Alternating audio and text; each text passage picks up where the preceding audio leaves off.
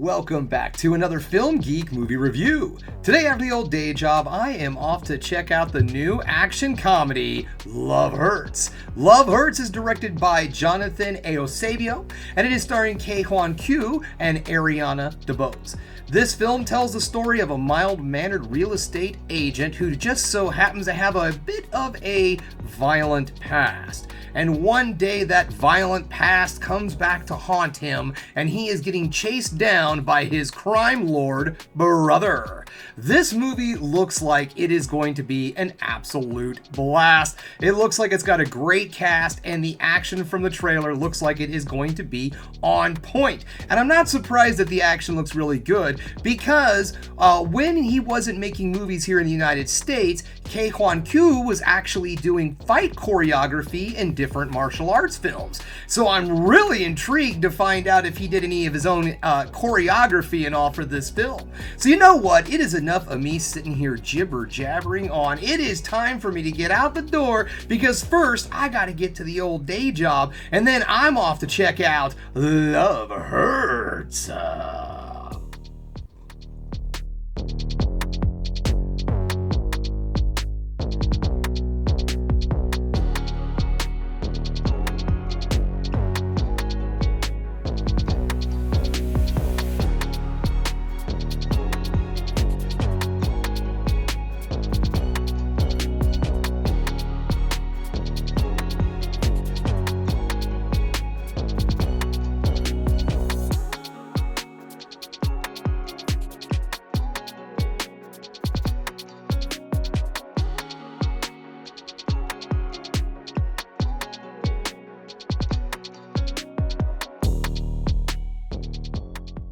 Welcome back, just getting home, and guys, I cannot tell if I just saw one of the greatest self-aware satire comedies ever made, or the worst movie so far in 2025. And unfortunately, I'm leaning towards the latter. So let's get this started, shall we? We're gonna get things started with negatives, then move into the positives to end the video on the ever so important high note. The first thing I want to talk about is the story, or lack thereof. Needless to say, there is no story. This movie does not have a solid story. You do not know exactly why all of these events are happening to the main character played by Kwan until almost the end of the film. I want to say it's 20 minutes at least before the end of this movie before everything is finally locked down, until you finally understand why all of these events are happening. The movie tries to have a little character development or something at the beginning of the film. We see Kwan's character getting ready to go to show a house. So he's at home and he's getting ready to go to work, and he seems like a very happy kind of guy, lucky guy. He opens up the garage door, and instead of a car, he's riding a bike. So you know he's health conscious and environmentally conscious. As he's riding his bike around, he's waving to his neighbors, and people are waving and smiling back. It's obviously this character is a pillar of the community and very well liked. And that is literally it. Then the movie goes, no more characterization.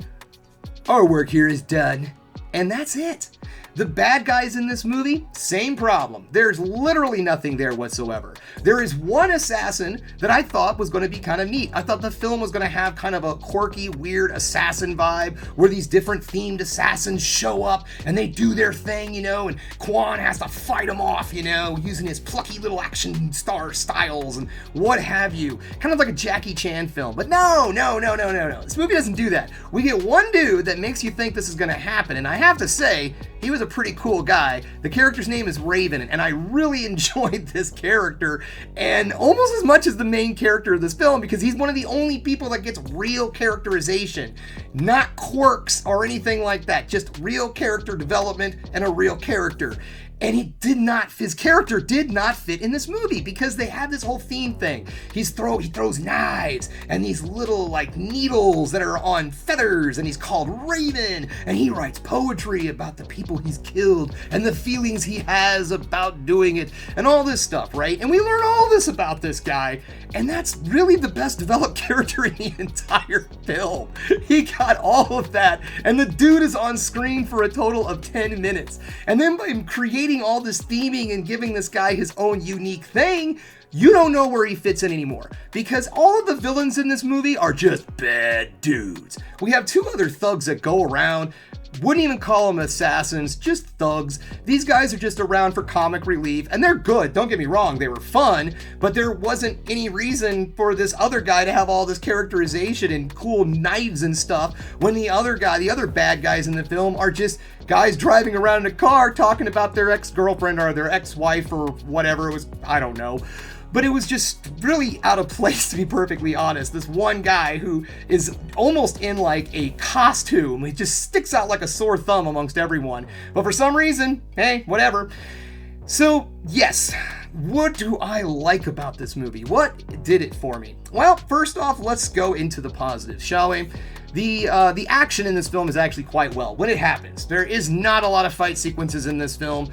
It has maybe 3 major fight sequences and some other small little events throughout the whole thing, but most of this movie is jokes that don't land and really just terrible character growth and development. Oops, I'm in positive, sorry. Anyways, the fight sequences, when they happen, are extremely well choreographed and look great.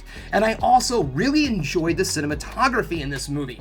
The technical aspects of this film is really where it shines. The fight sequences are extremely well shot. This is not filmed up close. There's not a lot of quick cuts or anything like that to try to make the action look faster. This is shot more like an Asian martial arts film, where you just set the camera up and let the action happen. Yes, there is some fast spins around with the camera, but this is not shaky cam by any means, and I really liked that. There was even one shot in particular that I really enjoyed in one of the fight sequences where they do an aerial shot and you can see Quan doing all of his moves with all of these different thugs all around him. Well done. I really enjoyed the fight choreography and the cinematography in this film.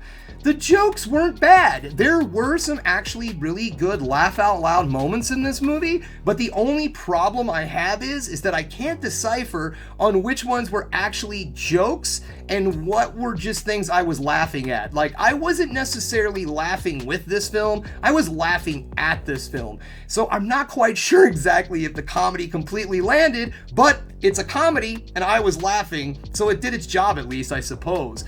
All in all, guys, I don't know what to say about this film. I would have to say my final judgment on this, because the acting is solid. Each one of our actors does a really good job in this film with the absolutely limited amount of stuff that they had to work with, but they did what they could with it. Also, it looked like Quan did almost all of his own stunts in this film, and that was really well done. And all in all, it looked great in those sequences because the cinematography was very solid. I would have to say that if you're somebody who is just a real big fan of watching well done, well choreographed fight sequences, you're going to find at least something in this film. But if you're not, I would have to say skip it.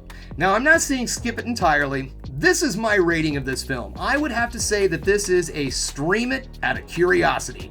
I don't think that you should go out of your way to necessarily see this movie, but if you're curious just to see Quan do some amazing fight sequences, there might be something here for you. If you're looking for a story with some great characterization, good character development and all, this is not the film for you. Alright guys, well thanks again for checking out the Film Geek. If you liked what you saw here today, go ahead and subscribe to the channel, ring that bell for notifications, and give me the old thumbs up so I know you like what you're seeing. And if there's one more thing you could do, folks, that is keep watching movies. You know I'm gonna.